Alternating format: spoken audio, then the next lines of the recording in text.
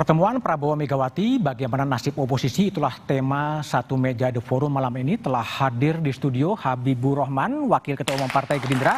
Malam, Bung Habib. Kemudian ada politisi Ketua DPP PDI Perjuangan, Deddy Sitorus. Malam, Bang Deddy. Malam. Adi Prayitno, Direktur Eksekutif Parameter Politik Indonesia. Malam, Adi Pras. Dan Ferry Amsari, Pakar Hukum Tata Negara Universitas Andalas. Saya juga masih menunggu politisi Partai Golkar Ahmad Doli Kurnia. Bung Deddy, pertanyaan saya, jadi kapan ini rencana pertemuan Pak Prabowo dan Bu Mega? Sebelum 20 Oktober atau setelah 20 Oktober? Kalau yang kita dengar sejauh ini kemungkinan besar sebelum 20 Oktober. Sebelum 20 Oktober. Tetapi belum ada pembicaraan lebih lanjut karena Ibu Megawati baru kemarin kembali dari perjalanan di Rusia ke Uzbekistan, menerima gelar honoris causa dan juga ke makam Imam Bukhari ya di sana. Jadi kita belum, karena kemarin begitu Ibu Ketua Umum pulang, beliau langsung bertanya soal pilkada, bukan soal lain-lain. Jadi soal pertemuan kita menunggulah kapan kira-kira akan dilakukan kira-kira begitu. Mbak Puan bilang secepat-cepatnya lah pertemuan itu. Ya, dari Mbak Puan begitu. Oke, pertemuan akan di Kertanegara atau di Teuku Umar atau di tempat netral? Karena saya bilang tadi belum ada pembicaraan, saya nggak bisa menjawab lebih jauh. Oke, Bung Habib, seberapa penting sebetulnya pertemuan Ibu Mega dengan Pak Prabowo itu? Menurut saya bukan persoalan seberapa penting ya, tapi baik atau tidak baik. Baik, itu sangat baik. Sangat baik. Itu sangat baik. Pertemuan antar dua tokoh bangsa ini ya, di tengah situasi yang terus melandai, ya kan, kita namanya bernegara itu kan ada siklus kenegaraan, ada pemilu yang begitu hiruk pikuk, mungkin bisa 1 tahun atau bahkan 2 tahun. Nah, setelah hasil pemilu ya, lalu penyelesaian di Mahkamah Konstitusi juga sudah selesai. Saya pikir kita kembali ya menjalani kehidupan sebagai bangsa yang harus ya, tidak terlalu banyak lagi kita berkontestasi dalam konteks politik ya. Jadi pertemuan antara dua elit ini, antara dua tokoh bangsa ini, saya pikir akan sangat membantu dalam mendinginkan situasi. Mendinginkan situasi. Diakui sebelumnya kan memang namanya pemilu ya, wajar situasinya menjadi panas ya. Ada persaingan, ada kompetisi. Tapi setelah pemilu harusnya kita mengagendakan waktu kita ya, mengalokasikan waktu tenaga kita untuk sama-sama bekerja melayani rakyat. Kalau didengar kan sebenarnya pertemuan Pak Prabowo dan Bu Mega kan sudah lama terdengar ya, ingin bertemu tapi kesampaian baru sekitar sebelum 20 Oktober ya. Iya. Jadi memang agenda kita ini kan padat sekali. Terkait misalnya pilkada. Pilkada itu kan sama masing-masing harus menentukan calon di sekian ratus kabupaten kota dan sekian puluh provinsi. Tentu bukan sesuatu yang mudah. Dan sekarang walaupun sudah jauh melandai, tetap agak sibuk dikit. Karena ini kan sudah akan memasuki masa kampanye pilkada ya. Tapi tentu tidak sepadat seperti kemarin. Ada prasyarat khusus gitu pertemuan Bu Mega dan Pak Prabowo? Saya nggak tahu ya tapi menurut saya pertemuan seperti itu bisa terjadi dalam waktu yang cepat. Jadi nggak direncanakan terlalu detail ya, di mana mau ketemu, siapa mengundang, siapa diundang, agendanya A, B, C, D. Saya pikir beliau berdua kan seorang sahabat ya, sahabat yang memang kalau mau ketemu ya pada saatnya sudah oke, paling tinggal apakah biasanya kan Pak Prabowo yang ke Teguh Umar ya, atau di tempat lain. Nah, nanti kita lihat saja. Oke, baik. Adi Pras, gimana Anda lihat pertemuan Bu Mega dan Pak Prabowo, maknanya dari sisi politik, mendinginkan suasana atau seperti apa? Ya, saya kira memang kalau bicara tentang mendinginkan suasana tanpa pertemuan dua tokoh ini, sebenarnya suasana sudah mulai dingin. Sangat kelihatan misalnya elit-elit PDIP yang dulu sangat mempersoalkan bagaimana pemilu di 2024 itu yang dinilai penuh dengan kecurangan dan seterusnya, bahkan sampai ke petun segala macamnya, belakangan ini memang tidak terlengah lagi bagaimana proses tes dan resistensi yang kemudian muncul. Nah, yang menarik sebenarnya pertemuan antara Megawati dan Prabowo ini bukan hanya soal tensi yang sudah mulai mereda, tapi soal simbol, soal kemungkinan bagaimana PDIP dan Gerindra bergabung menjadi bagian satu koalisi pemerintah di 5 tahun yang akan datang. Anda baca bahwa ini pertemuan akan mengarah PDIP akan masuk dalam koalisi besar. Kan itu yang kemudian ramai menjadi pembicaraan. Karena kalau hanya bicara tentang residu tentang pilpres, saya kira sudah selesai konteksnya, Bang. Per hari ini satu-satunya tema yang menarik adalah apakah pertemuan ini akan menjadi trigger soal kemungkinan PDIP akan bergabung dengan Prabowo. Tentu dengan catatan diajak oleh Prabowo dan PDIP mengiyakan dalam konteks ini. Jadi inilah yang kemudian menjadi ramai. Variabel yang kedua, dulu seakan-akan ada kesan kenapa pertemuan antara Prabowo Subianto dengan Megawati ini agak sedikit misalnya terkendala. Ini sangat terkait dengan posisi Jokowi yang saat itu dinilai cukup powerful dan mungkin menjadi barrier ketika dua tokoh ini kemudian bertemu. Nah, menjelang 20 Oktober rasa-rasanya aura Prabowo sebagai presiden definitif tinggal nunggu waktu sehingga Prabowo bertemu dengan siapapun. Jarak psikologis di situ ada Jokowi atau siapapun yang selama ini dinilai menjadi hambatan kembali tidak signifikan dalam konteks itu. Oke, Bung Ferry. Ya. Apakah terlalu dini kalau orang kemudian menyimpulkan bahwa pertemuan Pak Prabowo dengan Bu Mega ini menandakan bahwa akan bergabungnya PDIP dalam barisan koalisi besar pemerintahan? Ya, tentu perspektif bisa kemana saja, Mas, apalagi menjelang tanggal 20 Oktober ya. Tapi secara silaturahmi dua presiden, Presiden Megawati dan Presiden terpilih Prabowo Subianto, itu kan sejarah ketatanegaranya bisa panjang. Kedua orang tua beliau adalah sahabat. Orang tua Pak Prabowo pernah punya masalah politik ketatanegaraan dan dimaafkan oleh Bung Besar, berangkulan, bahkan sangat dekat begitu ya. Dan sejarahnya bisa jadi panjang. Untuk titik ini ya sah-sah saja dua presiden ini bertemu dan membicarakan kepentingan bangsa dan negara. Problematikanya adalah apakah ini akan menjadi bangunan koalisi permanen. Padahal menurut saya ini akan merugikan kedua belah pihak. Satu, merugikan kedua belah pihak, presiden terpilih maupun Presiden Megawati. Presiden terpilih membutuhkan sparring partner. Dan itu harus ada partai di luar pemerintahan agar kerja-kerja kabinet betul-betul maksimal. Presiden Megawati juga dirugikan kalau bergabung karena ini kesempatan yang sangat baik bagi PDIP untuk betul-betul mendapatkan perhatian publik agar betul-betul 5 tahun ke depan akan menjadi pilihan alternatif bagi publik jika pemerintahan tidak bekerja dengan baik. Jadi ini rancang bangun ketatanegaraan yang harus ada. Soal bahwa kita itu harus lebih tradisi ketimuran dalam membangun pemerintahan ya sah-sah saja.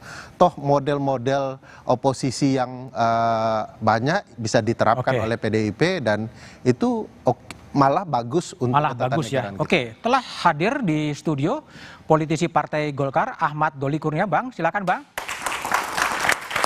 Karena Jakarta begitu macet gitu, jadi Bang Doli harus bermacet-macet ria menembus studio Menara Kompas. Datang dan kemudian saya tanya Bang Doli, Bang, ada cerita pertemuan Prabowo dan Megawati, itu diartikan bakal PDIP bakal bergabung dalam koalisi pemerintahan. Tapi kita beri kesempatan pada Bang Doli untuk jeda dulu, kita jeda sejenak. Nafas dulu.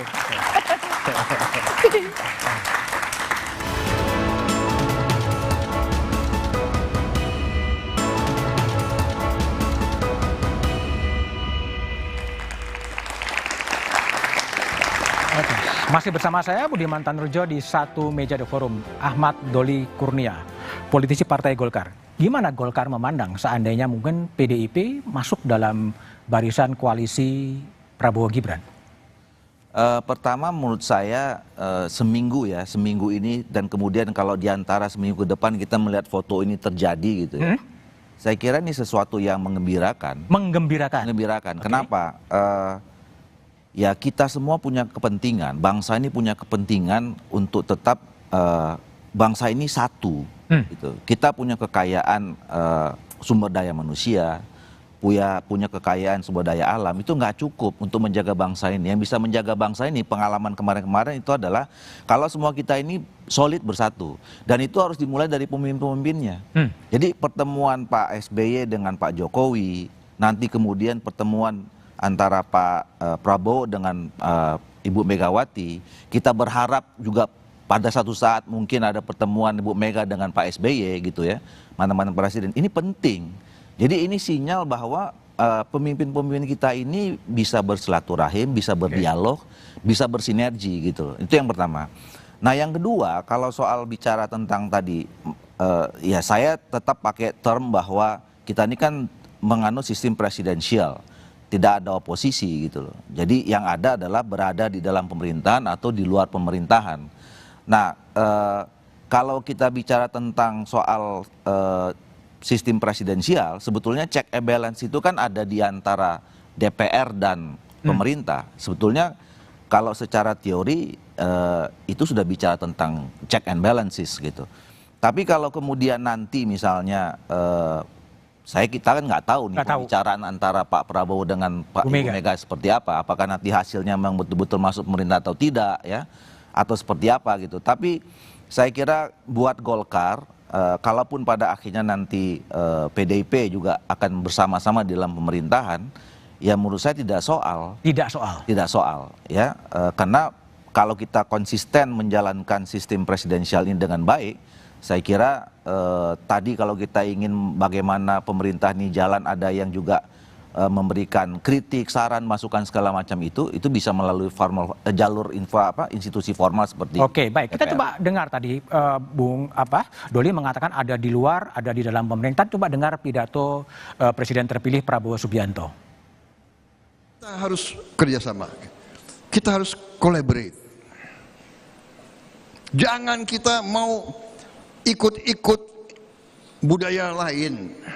Budaya barat atau budaya mana itu mungkin suka oposisi gontok-gontokan, oposisi gak mau kerjasama, itu mungkin budaya mereka. Bung Habib, Pak Prabowo menyebut oposisi sebagai budaya barat, tidak perlulah. Sebetulnya apa sih dikonkretkan itu, memang tidak perlu ada oposisi atau gimana? Kurang tepat ya Mas Budiman, teman-teman redaksi mengartikan apa yang disampaikan Pak Prabowo.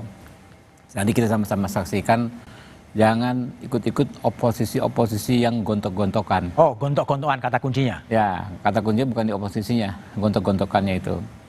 Tapi tadi Bang Doli sudah bilang soal sistem presidensial kita, bahwa memang kita nggak mengenal oposisi.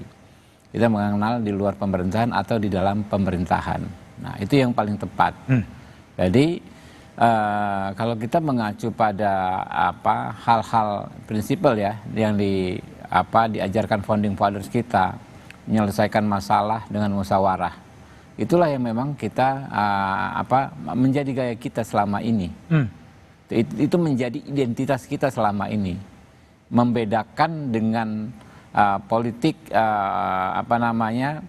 oposisi yang saling serang, oposisi yang saling anti, sebagaimana di negara-negara barat. Nah itu dia yang disampaikan oleh Pak Prabowo tadi. Jadi sebetulnya satu frekuensi apa yang kami sampaikan, apa yang Pak Prabowo sampaikan dengan apa yang disampaikan teman-teman dari PDI Perjuangan, Pak Hasto, Pak Said Abdullah, Ibu Megawati, Mbak Puan, gitu kan ya. Satu frekuensi juga dengan apa yang disampaikan rekan-rekan Golkar ini, Bang Doli, kan ya. Artinya kalau kita mau menerapkan prinsip check and balances, nggak harus gontok-gontokan. Tidak harus gontok-gontokan. Bisa dengan cara musyawarah kok. Namanya check and balances itu. Baik, Bung Adi, sudah Anda memaknai pidato Pak Prabowo dan tadi pelurusan dari Bung Habib, bukan oposisi yang ditekankan tapi gontok-gontokannya sebetulnya. Ya, oposisi itu sebenarnya tidak harus didelegalkan. Oposisi itu tidak harus disampaikan secara terbuka. Yang paling penting adalah substansi dari gerakan dari oposisi itu. Saya sulit membayangkan kalau mayoritas semua partai politik atau semua partai politik itu berkongsi dengan kekuasaan. Jadi check and balances di DPR itu pasti hakul yakin wassalam. Wassalam. Belum ada sejarahnya di negara ini ketika partai menjadi bagian dari kekuasaan politik pemerintah, dia akan lantang untuk menolak keputusan-keputusan politik yang selama ini bertentangan dengan kehendak rakyat.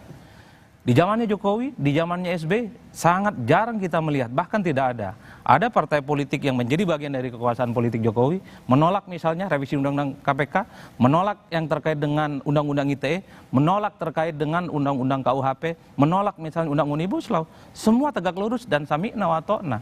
Tentu dengan perasaan tegak lurus dengan kekuasaan.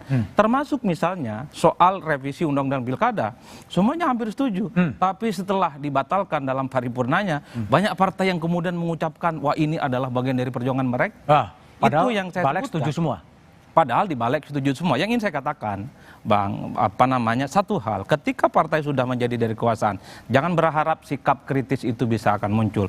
Mungkin kritisisme atau resistensi dari dalam itu muncul kalau sudah jelang pemilu. Biasanya 6 bulan sebelum pencoblosan baru mulai partai ini cari selamat masing-masing, cari ceruk pemilih dari kelompok-kelompok yang selama ini berhadap-hadapan dengan kekuasaan. Oke, baik. Oke lah, itu yang saya sebut kabar buruk sebenarnya bagi oposisi. Kabar buruk. Oke, Bung Deddy.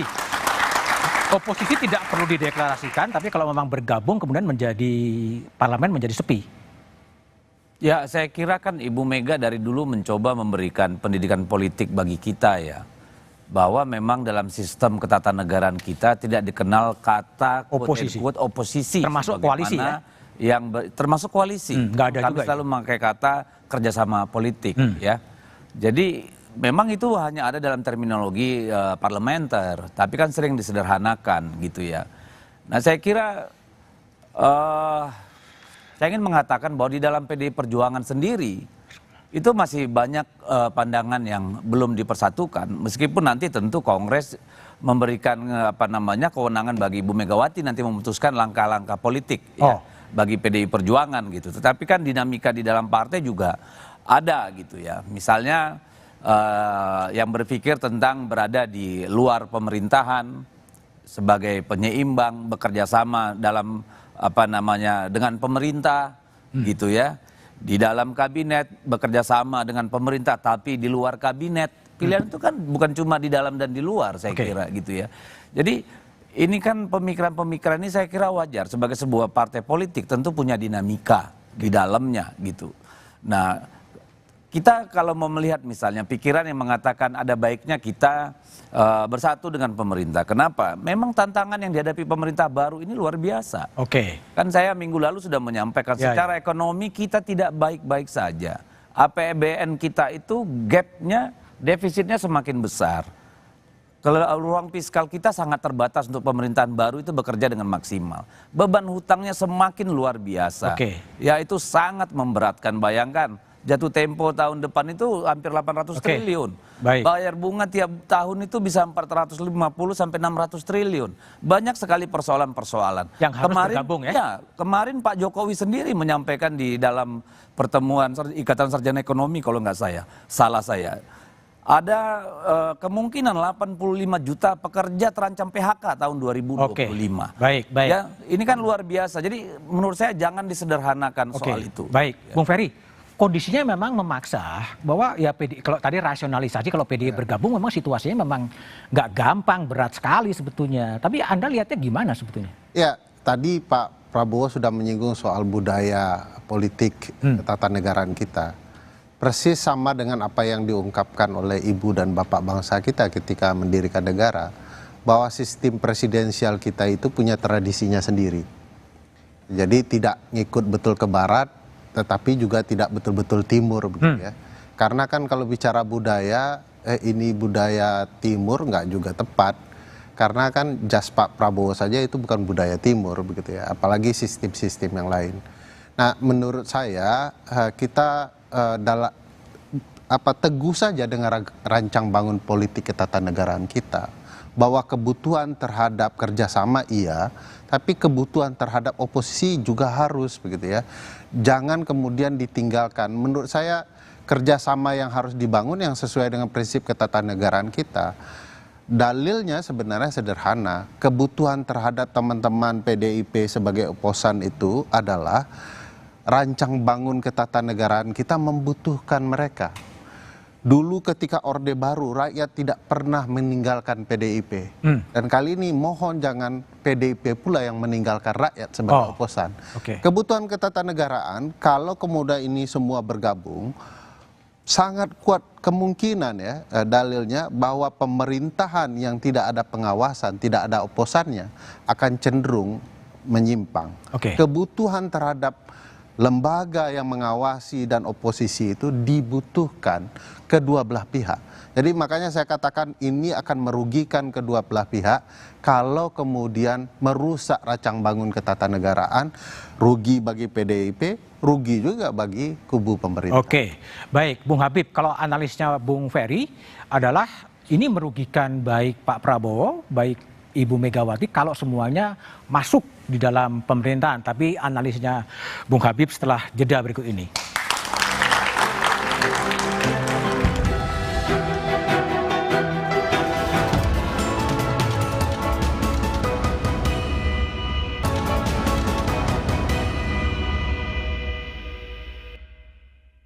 Saya minta saudara-saudara jangan setia kepada saya sebagai individu. Selama saya memperjuangkan yang benar, saya minta saudara dukung saya. Begitu kau mencium saya berada di jalan yang tidak benar, silakan tinggalkan saya.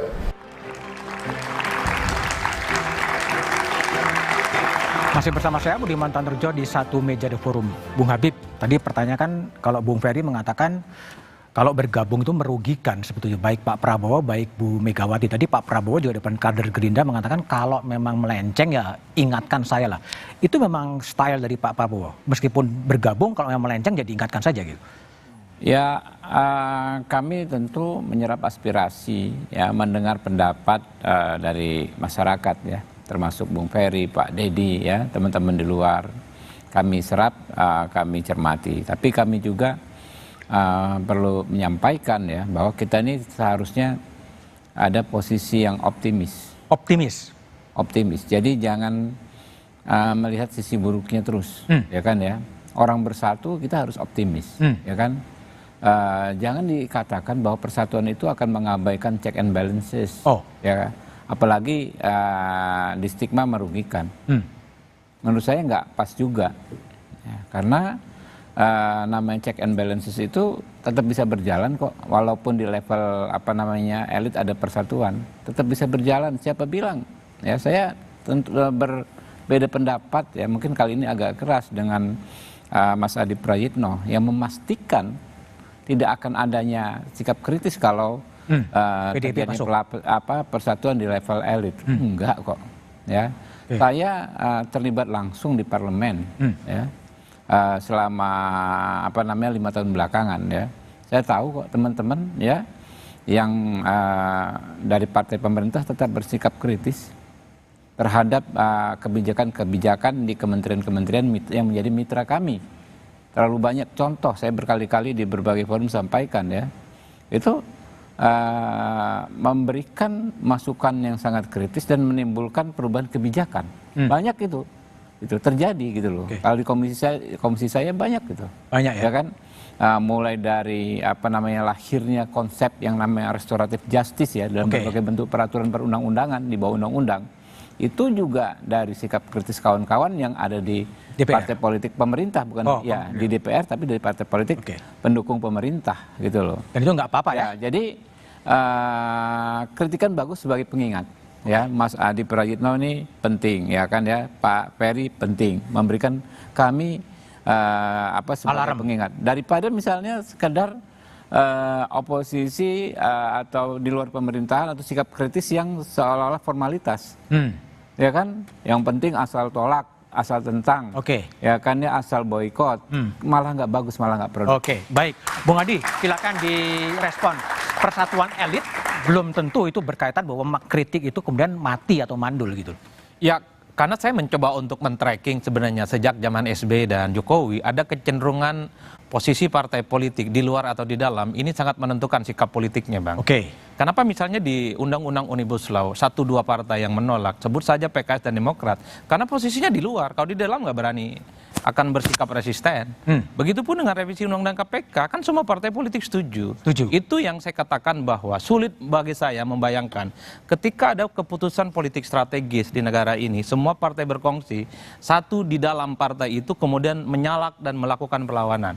Sebut saja misalnya kalau ke depan ada keinginan untuk menaikkan BBM.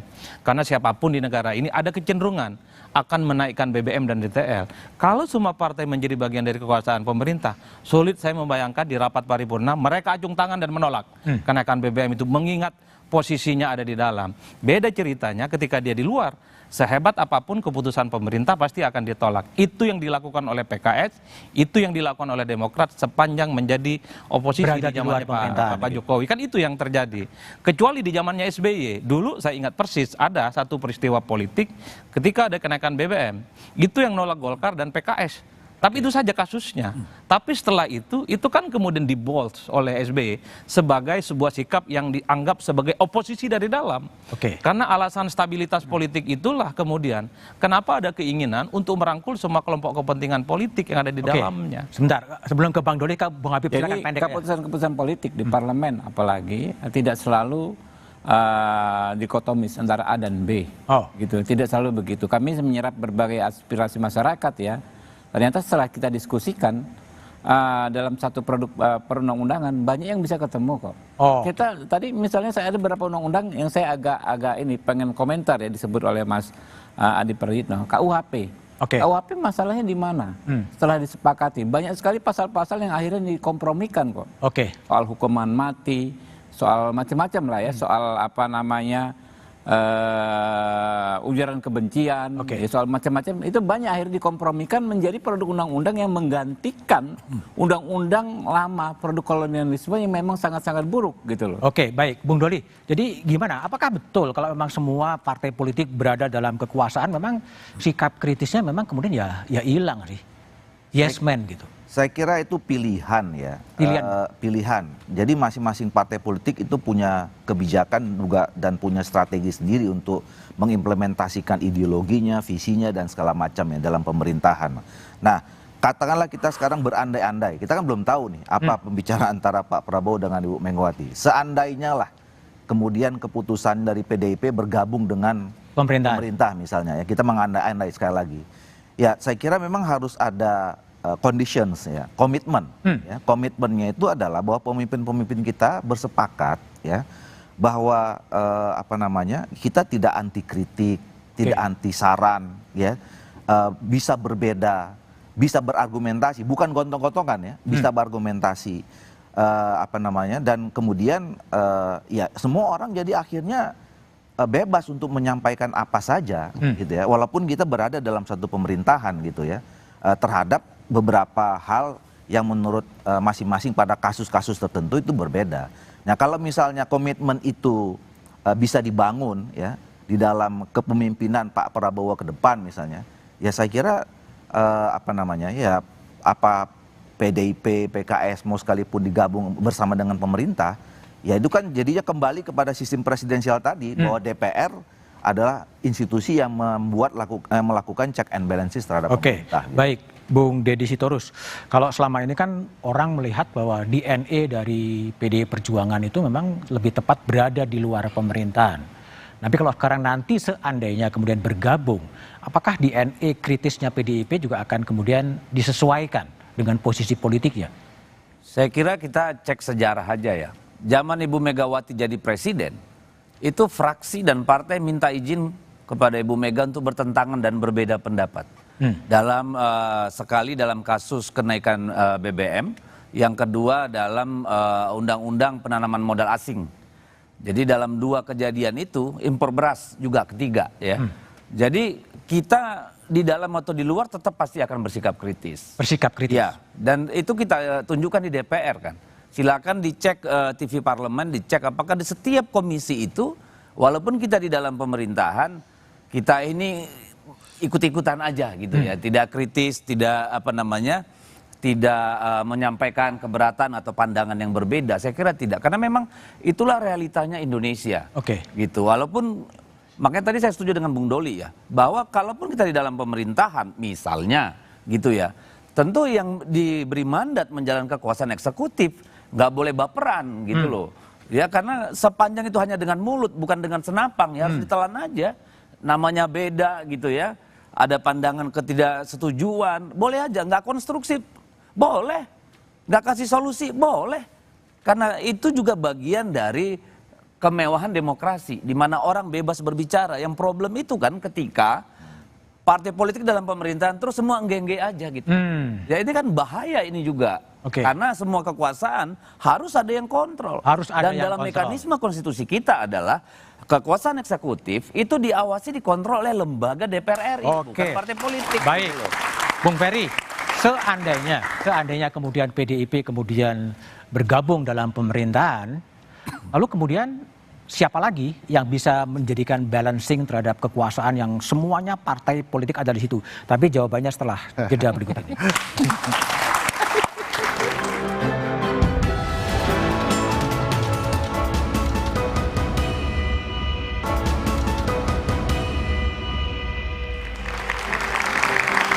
Masih bersama saya Budiman Tanrujo di Satu Meja The Forum. Bung Ferry Amsari.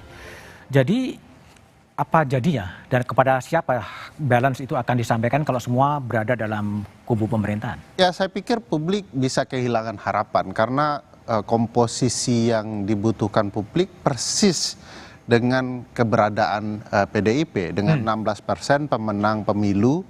Dan itu akan cocok sebagai alternatif publik dalam menyuarakan kepentingan-kepentingan publik. Kalaulah PDIP memilih bergabung, kemana lagi publik akan mengadu? Semua sudah di perahu yang sama. Dan dalam catatan saya misalnya, tidak ada juga pemerintahan yang efektif kalau semua bergabung. Malah betul-betul menjalankan pemerintahan terkesan akan membingungkan. Karena begini, dia adalah koalisi pemerintah, tetapi mengkritik pemerintah di parlemen. Bagaimana publik bisa mencernanya? Tapi kan ada juga fungsi balance di DPR kan? Ya, misalnya dulu pernah dilakukan oleh PKS. PKS tetap ada koalisi di Pak SBY, tapi mengkritik Pak SBY. Publik mengalami ini betul-betul dalam bangunan koalisi atau bangunan oposisi. Dan itu tidak mengembangkan dan tidak bermanfaat juga bagi PKS setelah itu dilakukan, bahkan juga tidak sehat bagi pemerintahan karena strateginya harus sejalan, sebangun begitu ya. Nah, menurut saya dengan data itu sebenarnya pilihan paling bagus bagi PDIP adalah tetap bersama publik menyuarakan tanpa harus betul-betul gontok-gontokan, tidak diperlukan gontok-gontokan. Yang diperlukan bagaimana menjadi posisi yang baik dengan strategis yang baik dan publik bisa melihat bahwa ke depan kalaulah pemerintahan tidak berjalan dengan baik, pilihan kami adalah alternatifnya. Kalau pemerintahan berjalan baik, mohon maaf PDIP nanti dulu kami akan lanjutkan dengan pemerintahan. Kan konsep politik ketatanegaraan kita sesederhana itu. Dan pilihan saat ini adalah jika pemerintahan betul-betul berjalan tidak sesuai dengan amanah rakyat, pilihannya pasti oposisi. Oke, baik. Adi Pras, jadi kalau semuanya bergabung nilai plus minusnya seperti apa? Saya mau komentar dua hal, Bang. Tanpa PDIP bergabung dengan Prabowo sekalipun, sebenarnya nasib oposisi di parlemen bisa wassalam. Wassalam. Karena kalau bisa dipastikan PKB dan PKS plus Nasdem juga bergabung, ini kekuatan di parlemen sudah mayoritas 84%. Setahu saya, keputusan-keputusan strategis dan penting di DPR bukan persen to persen yang kemudian resisten protes terkait dengan kebijakan pemerintah ataupun menteri, tapi voting. Mekanisme voting itulah yang kemudian melahirkan satu keputusan, sekalipun dia polemik, sekalipun keputusan itu ditolak, dia kemudian sah menjadi regulasi. Itu yang saya sebut sebagai kabar buruk sebenarnya. Cuman saya cukup memahami kalau pada akhirnya Prabowo juga ingin merangkul PDIP, ini mungkin sangat terkait dengan bagaimana mengorkestrasi partai koalisinya di dalam. Karena ada kemungkinan mungkin akan ada satu partai politik yang agak nakal dan sulit untuk dikendalikan. Siapa Butuh tuh? PDIP sebagai partner di situ.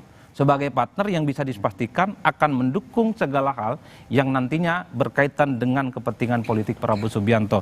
Jadi apa yang disampaikan oleh Ferry ini kan hanya terkait bagaimana oposisi dan pemerintah. Tapi saya justru membaca Prabowo sepertinya sudah mulai melihat ini ada partai-partai yang akan muncul, yang akan resisten, yang agak sulit dikendalikan dan bisa jadi oposisi dari dalam. Jawabannya di situ PDIP sebagai partai pemenang. Baik, Bung Habib.